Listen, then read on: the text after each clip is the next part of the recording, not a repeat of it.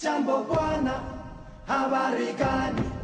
Nzuri sana, wageni.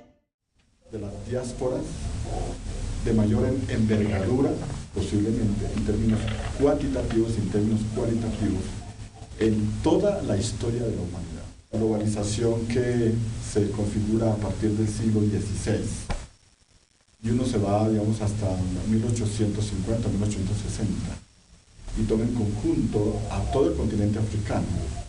Podemos hablar de una cifra aproximada, aunque sobre esto hay muchas discusiones todavía, una cifra aproximada de 40 millones de personas que fueron movidas, que fueron desterritorializadas, que fueron literalmente desgajadas de sus territorios, en una combinación de distintos rumbos, personas que fueron movidas entre regiones africanas, ¿sí? A personas que fueron trasladadas desde toda la orilla occidental de África hacia el Atlántico, lo que se llama el Middle Passage, ¿sí? La trata atlántica de esclavos, que es la trata occidental en África, y toda la porción oriental de África que está volcada hacia el Medio Oriente y hacia el Océano Índico. Entonces tenemos una diáspora que abarca desde Nagasaki en el Japón hasta las costas de San Francisco, California, toda Centroamérica y Ecuador, y incluso hasta lo que es Chile y Argentina. Entonces, por eso hablo de un epifenómeno,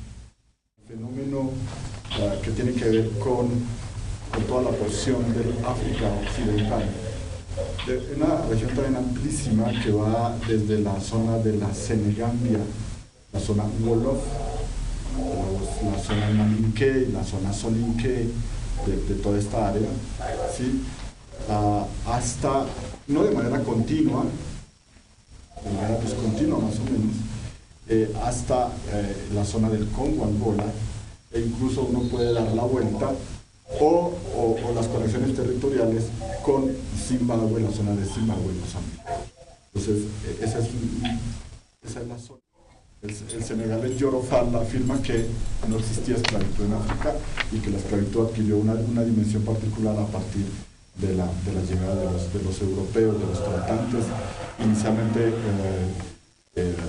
portugueses, ¿sí? Pero evidentemente, entonces aquí está el otro punto, y es que previo al siglo XVI se venía desarrollando unos sistemas de comercialización de esclavos, principalmente digamos, dirigidos, liderados, coordinados, controlados por musulmanes, por los musulmanes. Esto no quiere decir, y este es un punto importante para el caso brasileño, por ejemplo, para el caso de Bahía, de donde acabo de venir, esto no quiere decir que no hayan habido africanos esclavizados que eran musulmanes, pero también fueron esclavizados. Entonces ahí hay una discusión interesante sobre esto, y se ha venido desarrollando unas investigaciones sobre toda una discusión de carácter político y de carácter étnico que se dio en el mundo islámico y en el mundo no islámico, en el África occidental, sobre los derechos, quiénes tenían derechos a esclavizar y quiénes podían ser esclavizados. Hay que señalar algo que todavía en Colombia no se ha reconocido suficientemente, y es que los primeros esclavos, incluso algunos libres de origen africano que llegaron a la entonces Colombia colonial, no provenían directamente de África, aunque eran africanos y descendientes de africanos. Provenían de España y de Portugal. Llegaron en el proceso de la conquista acompañando a las huestes hispánicas, acompañando a los primeros funcionarios civiles y religiosos, ¿sí? Llegaron estos africanos o de origen africano, y en su época fueron denominados como los negros ladinos. No hay datos sobre cuántos han llegado, pero ese es un hecho que me parece importante por lo siguiente, y es que cuando uno trata de entender en la formación de la cultura, la formación histórica de la cultura afrocolombiana, cuando uno trata de entender las manifestaciones alrededor de las prácticas mágicas, de la hechicería y de todo este tema, uno tiene que, y aquí hemos aprendido mucho de nuestro maestro Fernando Ortiz, el gran pionero cubano de estos estudios, que es el que ha investigado y ha escrito mucho sobre estos primeros africanos que llegaron procedentes de España y de Portugal, y es que muy posiblemente estos llamados negros ladinos trajeron, posiblemente traían, ellos y los otros europeos, aventureros, etcétera, traían ya entreverado tanto la magia africana como las magias europeas. Es efectivamente, o hace alusión a un proceso de ruptura, pero también de un nuevo enriquecimiento cultural, de aprendizaje cultural, es decir, un proceso nuevo de creación cultural que la profesora Nina de Friedman denominó en la década del 70 como auditos. Por ejemplo, en esto de la ruptura y de la sutura, uno puede enmarcar el comienzo, el inicio de la formación de las lenguas creolas, o de lo que los lingüistas llaman los metalenguajes. Entonces, utilizando el árabe, utilizando el bantú, utilizando el idioma del portugués, el idioma del inglés, el idioma del francés, ¿sí? Se crean unos nuevos consensos lingüísticos en estos procesos ontogéneos, sujetos esclavizados. Estas personas esclavizadas morían en vida, morían socialmente, morían culturalmente. ¿Qué pasaba con ellos? ¿Sí?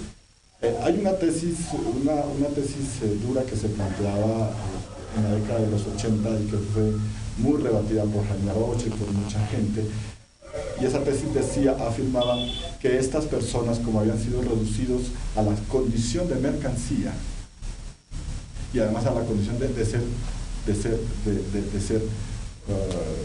personas sujetas a un poder jurídico, no eran portadores de cultura, no eran, ese proceso los incapacitó, los hizo incompetentes para tener la posibilidad de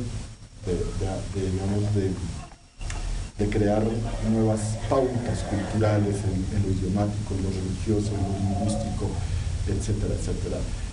Porque evidentemente asumir esa tesis de que como eran sujetos reducidos a mercancía y por lo tanto no eran portadores de cultura, eso estaría implicando prácticamente meterle tijera al Atlántico y crear dos mundos totalmente distintos, identidades y culturas afrocaribeñas en Jamaica, en Haití, en alguna Cuba, en algunas culturas afrobrasileñas, ¿sí?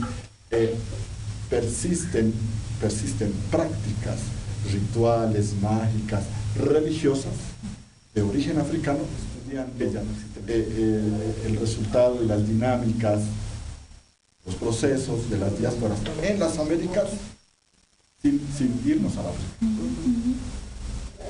Yo lo he dicho en muchos foros, aquí hablamos olímpicamente de África y nuestra identidad y todo lo que ustedes quieran, pero como lo planteo en el ensayo, la memoria en la diáspora es una memoria del no tiempo. Es una memoria que incluso desafía a muchas teorías históricas, en el sentido de que en la memoria uno no debe buscar referentes teóricos, situaciones históricas, fechas, no. La memoria del no tiempo es la configuración de códigos semánticos, de códigos de significación para ser y para estar, en algún tiempo o en algún no tiempo.